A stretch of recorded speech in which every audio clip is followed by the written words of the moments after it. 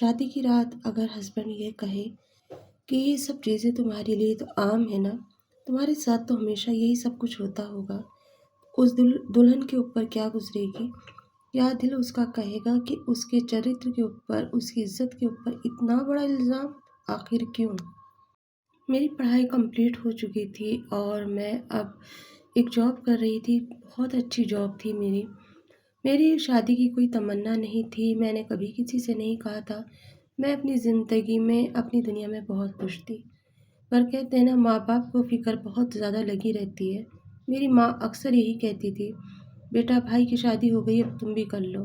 तुमने जॉब को कहा था, हमने जॉब भी करा दी, पढ़ाई भी कंप्लीट है। बस अब अपना घर बसा लो, फिर उसके बाद कोई हमें टेंशन नहीं रहेगी।"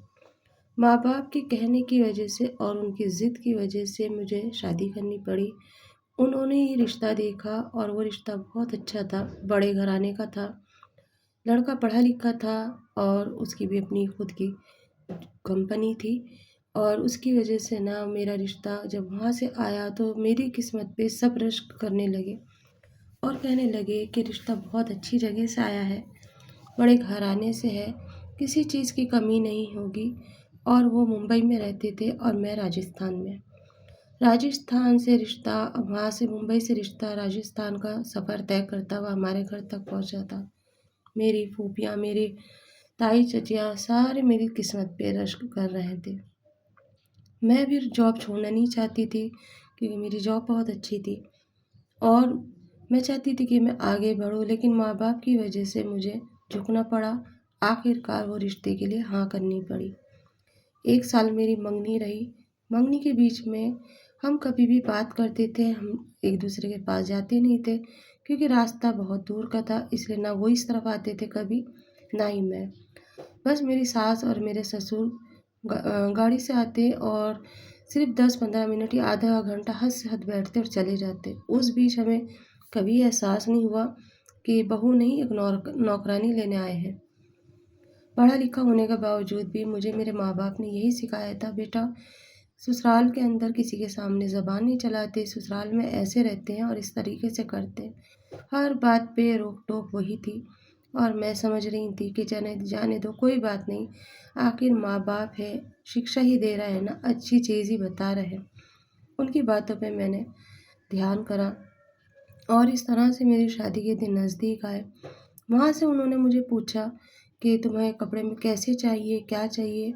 मैंने उन सब से यही कहा कि जिसमें तुम लोगों को अच्छा लगे वही काम करना और जैसे तुम लोग चढ़ा दोगे मैं तो पहन लूँगी। उन बातों से शायद उन्हें कहीं न कहीं एहसास हुआ कि ये लड़की दबी ढकी हुई है अभी तो, और वो एक तरीके से ना मेरी वहाँ गलती थी। मुझे बताना चाहिए था कि मुझे क्या पसंद है, क्या नहीं पसंद। उनकी पसंद को अपनी पसंद कह के मैंने रिश्ते के लिए हाँ कर दी थी और बस इस तरह से ना मेरी शादी हो गई। शादी होने के बाद पहले ही रात को मेरे हस्बैंड जब मेरे पास आए, तो वो अजीब ही लहज़ा था। उसी रात को मुझे उन सब की असलियत का पता चल गया। मुंबई का माहौल एक तो मेरे लिए नया था, अनजान शहर था। दूसरे उनका घर-बार जब मैंने देखा तो मैं खुद हैरान थी कि मुझे नहीं पता था इतने बड़े घराने से मेरा रिश्ता आ रहा है या मैं इतने बड़े घराने में जाऊँगी या एडजस्ट कर भी पाऊँगी या नहीं। नॉर्मल तौर पे बताया गया था और मेरे माँ-बाप भी एक ही बार जाके आए थे। बस इसलिए ज़्यादा हमने छानबीन भी नहीं करी थी। ख़ैर उस रात मेरे हस्बैंड ने मुझसे ये कहा कि ये जो कुछ भी आज तुम्हारे साथ रात में हुआ है, ये तो तुम्हारे लिए एक नॉर्मल बात होगी क्योंकि तुम पढ़ी-लिखी हो, तुम जॉब करती हो, तो ये आम चीज़ है तुम्हारे लिए। मैंने उनसे कहा कि आज तक मुझे आपके सिवा किसी ने नहीं छुआ। मैं जॉब भले ही करती थी लेकिन मेरी ज़िंदगी जॉब के अंदर ही थी, इससे बाहर मुझे कुछ नहीं पता। मेरी कोई बहुत बड़ी हाई-फ़ाई जॉब तो थी नहीं, ना ही मैं कभी उस जॉब के लिए बाहर गई थी। मैं वहीं के दायरे में रह रही थी। वैसे भी राजस्थान का माहौल आपको पता है, बेटियों को ज़्यादा पढ़ने भी नहीं देते और बाहर निकलने भी नहीं देते।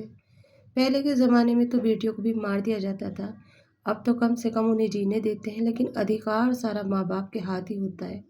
ज़िंदगी माँ-बाप के हाथ में ही होती है। बस उस दिन से मेरी ज़िंदगी में कुरेद होनी शुरू हो गई। अगले दिन मुझे घर का काम समझाया गया, ये काम ऐसे करते हैं, किचन के अंदर ऐसे जाते हैं, इस टाइम पे किचन में नहीं जा सकती हो, इतने दिन तुम बाहर रहोगी। और फिर उसके बाद सारे रूल्स मुझे ऐसे समझाए जा रहे थे जैसे मानो मैं कोई नौकरानी हूँ। मुझे बड़ा ताज्जुब सा हो रहा था। उस दिन मैं ये नहीं समझ पा रही थी कि आखिर ये मेरे साथ क्या हो रहा है। मैंने सोचा सबके घरों के नियम अलग होते हैं, कानून अलग होते हैं, शायद इस वजह से ये लोग मुझे बता रहे हैं। ननदें थी मेरी, देवर थे मेरे, उनके खाने की लिस्ट मुझे बताई गई। सास-ससुर के खाने की लिस्ट अलग थी तो मेरे हस्बैंड की अलग थी। इस तरह से मुझे सारी चीज़ें समझा दी गई और उसी दिन से मेरी काम पे जैसे कहते हैं ना ट्रेनिंग शुरू हो गई। ना कोई पग फेरे के लिए भेजा गया मुझे और ना ही मुझे अगले दिन जैसे कोई रिसेप्शन होता है, कुछ नहीं। मैं हैरान थी कि आखिर ये क्या हो रहा है। हैरानगी तो मुझे जब हुई जब मैं खाना खाने सबके साथ डाइनिंग टेबल पे गई, तो मेरी सास ने मुझसे कहा कि तुम यहाँ नहीं बैठ सकती, पहले सब खाना खाएंगे उसके बाद तुम खाना खाओगी। मैंने कहा कि ऐसे क्यों मम्मी जी, सब साथ में ही खा लेते, मैं आपके साथ ही खा लूँगी। लेकिन वो कहने लगी नहीं, हमारे यहाँ के ये कायदे कानून हैं, बहुएँ साथ में खाना नहीं खाती। मैं चुप हो गई और उन्होंने सब ने खाना खाया। बाद में जब सब खा के चले गए उसके बाद मैंने खाना खाया। मुझे अपनी पढ़ाई के ऊपर बड़ा ताज्जुब सा हो रहा था कि अम्मी ने मेरा मुँह बंद करके क्यों भेजा। मैं पढ़ी लिखी हूँ, लेकिन आवाज़ उठाने का हक़ मेरे माँ-बाप के पास है। मेरे माँ-बाप का फ़ोन आया, उन्होंने खड़े होके मेरी बात कराई और बाद में मुझसे मेरी सास ने कहा, इस घर की कोई भी बात अगर तुम अपने घरवालों को बताओगी, तो फिर समझ जाना वही दिन तुम्हारा इस घर में आखिरी दिन होगा। इसलिए मैंने ना तो अम्मी से कुछ कहा, ना ही भाई से, ना माँ से। मैं खामोश हो गई और इस तरह से ना मेरे 2 महीने उस घर के अंदर गुज़र गए। 2 महीने 2 साल के बराबर थे। क्या ना गुज़री उस घर के अंदर मैं बता भी नहीं सकती। फिर एक दिन अचानक मेरे हस्बैंड ने कहा कि चलो हम हनीमून पे जाते हैं। 2 महीने के बाद उन्हें हनीमून याद आया। मैंने सोचा शायद सारी चीज़ें जो बिखरी हुई हैं, सिमट जाएँगी, शायद ज़िंदगी में फिर सब कुछ सही हो जाएगा। बाहर का ट्रिप था, मेरे हस्बैंड मुझे बाहर लेकर चले गए, लेकिन वहाँ जाने के बाद उन्होंने मुझे बहुत टॉर्चर करा और बहुत मुझे मतलब गालियाँ दी। कहीं पर भी लेके जाते तो वो ऐसा महसूस कराते जैसे मैं इस काबिल ही नहीं थी और उन्होंने मेरे ऊपर बहुत बड़ा एहसान करा। मैं खामोश थी और समझ नहीं पा रही थी मैं क्या करूँ। यहाँ तक कि उन्होंने मुझे वहाँ पर मेरे ऊपर हाथ भी उठाया और मुझे मारा। इतना मारा कि ऐसा लग रहा था जैसे ये आज की रात आखिरी रात होगी। मुँह पे कपड़ा बाँध के और इस तरह से जैसे जानवरों को कोई मारता है। हर जगह मेरे नील पड़ गए। सुबह में मुझे डॉक्टर के यहाँ लेके गए। जब मुझसे बर्दाश्त नहीं हुआ दर्द, जब वो मुझे डॉक्टर के यहाँ ले गए और कहा कि ये कह देना फिसल के गिर गई हो, अगर अपनी ज़िंदगी चाहती हो तो, वरना आज तो मारा है, कल को जान से भी मार सकते हैं। बस उनकी बातों से मैं इतनी दहशत ज़दा थी। मैं डॉक्टर के यहाँ गई और मैंने यही कहा कि मैं फिसल के गिर गई। मेरे पैर स्लिप हो गए क्योंकि मेरे चप्पल कुछ इस तरह के हैं।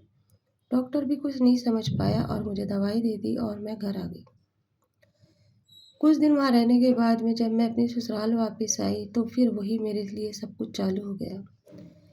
एक दिन मुझे एहसास हुआ कि मैं अपनी ज़िंदगी के साथ क्या कर रही हूँ। मैं अपने आप को ख़त्म कर देती हूँ, खुदकुशी कर लूँ।